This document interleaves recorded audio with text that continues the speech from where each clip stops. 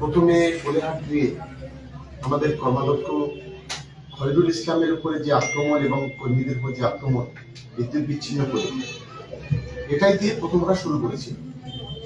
তারপরেই রাত 11:33 আমরা যখন থানা থেকে ফিরছি আমাদের উপরে বোমিং করা হলো, আমাদের উপর গুলি চালানো হলো আমাদের কনভয়ের উপরে।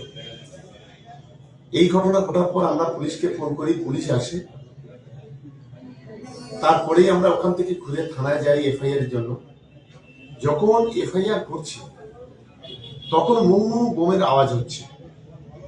সেখানে পুলিশ প্রশাসনের কর্তা থেকে শুরু করে সর্বস্তরে মানুষ জানে। আমরা এফআইআর করে যখন প্রেস মিট করছি তখনও বোমা চালানো হচ্ছে, বোমার আওয়াজ চলছে। তারপরে ওখান থেকে আমরা ফিরলাম।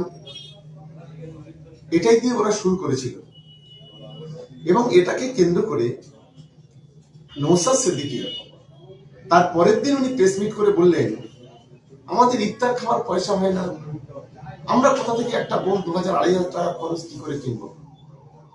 আমার প্রশ্ন আজকে যে বানিয়ানাতে গতকাল রাতে 3 ড্রাম বোমা সঙ্গে বন্দুক উদ্ধার হলো, আপনারা নাকি ইফতার করার পয়সা পান না, আপনাদের কর্মীরা নাকি খুব গরিব, তাহলে এই যে লক্ষ লক্ষ টাকা ব্যয়, এই এতগুলো বোমা এতগুলো বন্দুক এগুলো কোথা থেকে এলো?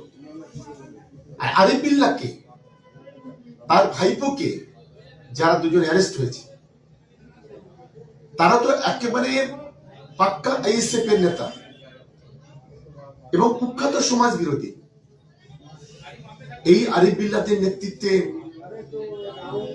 2023 সালে আপনারা জানেন যে সেন্ট্রাল ফোর্সের বিরুদ্ধে গুলি বিনিময়ে সেদিন 3টে আইএসএফ এর ছেলে মারা গিয়েছিল ডিসিআরসি দখল করাকে কেন্দ্র করে।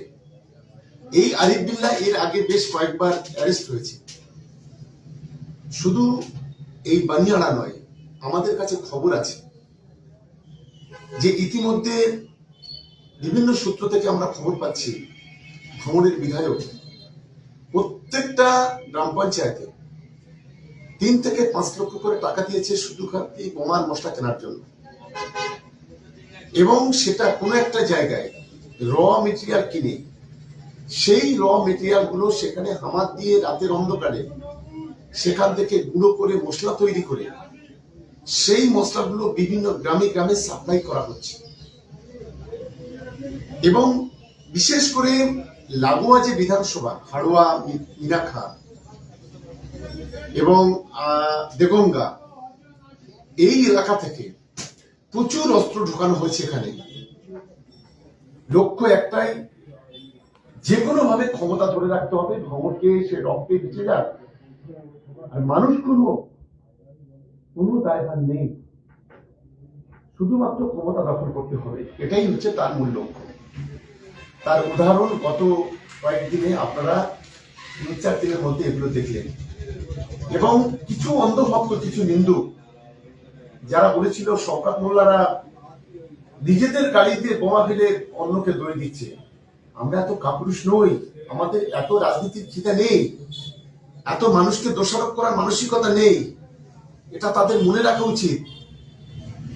এবং শুধু তাই নয়, সূত্র মারফত আমরা খবর পাচ্ছি যে কোনো ভাবে আমাদের 3-4টে ছেলেকে, তাতে খয়রুল ইসলাম, মহসিন গাজী, তাতে আমাদের বাহারুল ইসলাম, রিন্টু, আহসান মোল্লা, মমিনুল ইসলাম, কাশিফুল করুব খান, মোদাসের হোসেন পিন্টু, এদেরকে যে কোনো মূল্যে খুন করতে হবে। এই ধরনের একটা চক্রান্ত ষড়যন্ত্র এটা চলছে, আমাদের বিভিন্ন সূত্রতে খবর আসছে। আমরা এই বিষয়গুলো আমরা ইতিমধ্যে প্রশাসনকে আমরা নিশ্চিতভাবে লিখিতভাবে জানাবো। আমরা চাই ভাঙড় বিধানসভায় একেবারে নিরপেক্ষভাবে প্রতিটি বাড়ি বাড়ি সমাজ বিরোধীর বাড়িগুলো সার্চ করা হোক, একেবারে চিরুনি তল্লাশি হোক, কোনো রং না দেখে। সে তৃণমূল কংগ্রেস হতে পারে, আইএসএফ হতে পারে, বিজেপি হতে পারে, সিপিএম হতে পারে, কোনো রং না দেখে চিরুনি তল্লাশি করা হোক, সন্ত্রাস মুক্ত ভাঙন, এটা আমরা চাই। কারণ এই নওশাদ সিদ্দিকী নিজের জন্মস্থানে তার কোনো অস্তিত্ব নেই, সেখানে জাঙ্গিপাড়া বিধানসভায় 4,000 ভোট পায়। আর ভাঙড়ে রক্তের হুড়ি খেলা করে, ভাঙড়ের সরল সোজা মানুষকে বোকা বানিয়ে মানুষের রক্তে ভেসে যাবে এখানে, সেই মানসিকতা যেভাবে সমাজ বিরোধী কার্যকলাপ যেভাবে তৈরি করছে, তার বিরুদ্ধে গোটা ভাঙড়বাসীকে আপনাদের মাধ্যমে আমি একটা অনুরোধ করতে চাই, সবাই সতর্ক হন, সজাগ হন। নতুন করে যেন কোনো ভাঙড়ের কোনো সন্তানের, কোনো মায়ের কোল যেন খালি না হয়, এটা করার জন্য আমি তাদের সকলের কাছে আবেদন করব। দাদা, আইএসএফ এর পক্ষ থেকে দাবি করা হচ্ছে যে এই যে বোমা বন্দুক যে বারবার উদ্ধার বা আপনার উপরে হামলা, এটা নিজেরাই পরিকল্পনা করে আপনারা করছেন বলে তারা অভিযোগ করছে। আরিফ বিল্লাহ কে? আরিফ বিল্লাহর ভাইপো কে? সামিম কে? আমি এই প্রশ্নটা আইএসএফ কে করতে চাই। যত সমাজ বিরোধী কার্যকলাপ, দেখুন আমাদের 4টে ছেলে খুন, এই আইএসএফ আশ্রিত সমাজ বিরোধীরা খুন করেছে নওশাদ সিদ্দিকীর মদতে। আমি অন ক্যামেরা বলছি, এই নওশাদ সিদ্দিকীর মদতে নতুন করে আবার খুন করার জন্য নানান ধরনের চক্রান্ত চলছে। আমরা খুনের রাজনীতি করি না, আমাদের সঙ্গে থাকা অনেক মানুষ খুন হয়েছে, কিন্তু তার কোনো প্রতিষ্ঠানমূলক কোন রকম কাজ আমরা করি না। আর আমরা ভাঙড়ে শান্তি চাই, আমরা উন্নয়ন চাই। আমরা ভাঙড়ে খুনের রাজনীতি, এই নোংরা খেলা আমরা করতে চাই না। এটা এই কালচার নওশাদ সিদ্দিকী এবং তার লোকজনদের, এটা ওদের মনে রাখা উচিত।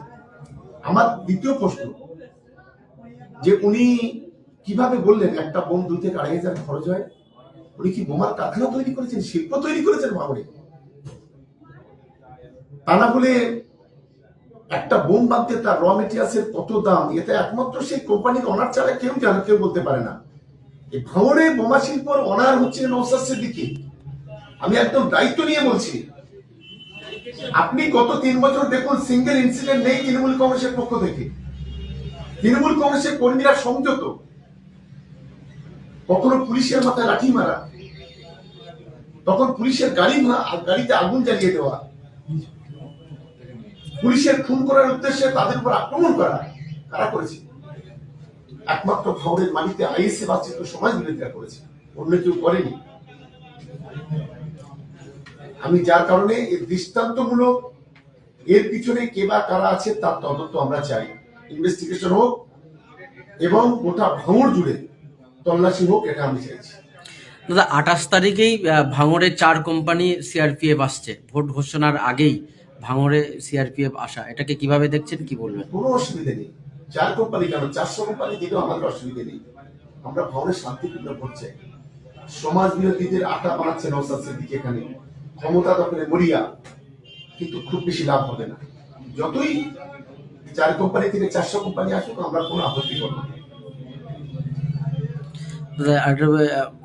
খড়গাছিতে যে ঘটনা ঘটেছিল, সেখানে সেই একটি বাচ্চার মৃত্যু হয়েছে, এটা কি? অত্যন্ত দুঃখজনক ঘটনা।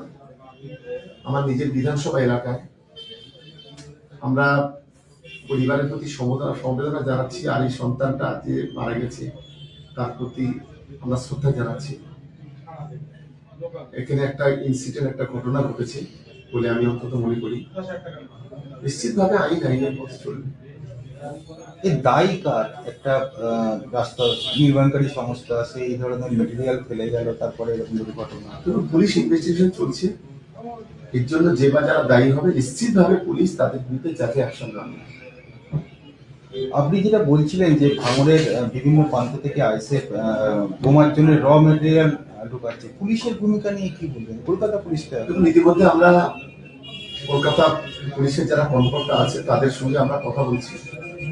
আমরা চাই সন্ত্রাসমুক্ত ভাঙড়, বোমামুক্ত ভাঙড়, আমরা এটাই চাইছি। আপনি দেখুন না, গত 3 বছরে আমাদের তো 4টে ছেলে খুন হয়েছে। আইএসএফ নিজেদের পুলিশের বিরুদ্ধে লড়াই করতে গিয়ে সেখানে আইএসএফ 3টে ছেলে খুন হয়েছে। তৃণমূল কংগ্রেস তো খুন করেনি, আমাদের 21 জন ছেলে পঙ্গু হয়ে গেছে। আজকে ভাঙড় নিয়ে যারা কথা বলে, আমরা দেখি প্রেস মিডিয়াতে সন্ধ্যার পরে কয়েকজন আমরা দেখি যে তারা বিভিন্ন ভাবে একবার মুখে পাউডার টাউডার মেখে ফেসিয়াল করে ভাঙন নিয়ে বড় বড় কথা বলে। একবার বলুন যে ভাঙনে গত 23 সাল থেকে 2026 সাল এই 3 বছরের মধ্যে ভাঙনের 4 জন তৃণমূল কংগ্রেসের কর্মী খুন, পুলিশের বিরুদ্ধে এনকাউন্টারে আইএসএফ এর 3 জন খুন। ওই তৃণমূল কংগ্রেসের কর্মীরা তো আইএসএফ কে খুন করেনি। আর ভাঙনে বোমা বন্দুকের আঘাত যদি করে থাকে আইএসএফ করছে, তৃণমূল করে না। তৃণমূল উন্নয়নের জন্য লড়াই করে, তৃণমূল শান্তির জন্য লড়াই করে, শওকত মোল্লারা শান্তির জন্য লড়াই করে। এটা মমতা বন্দ্যোপাধ্যায়, অভিষেক বন্দ্যোপাধ্যায়ের নির্দেশ। শওকত মোল্লারা ওই বোমা বন্দুক গুলি রাজনীতি করে না। সেটা যদি হতো তাহলে অনেক ঘটনা এখানে ঘটে যেত। আমরা আগামী দিনে শান্তি চাই এবং শান্তিপূর্ণ নির্বাচনও চাই।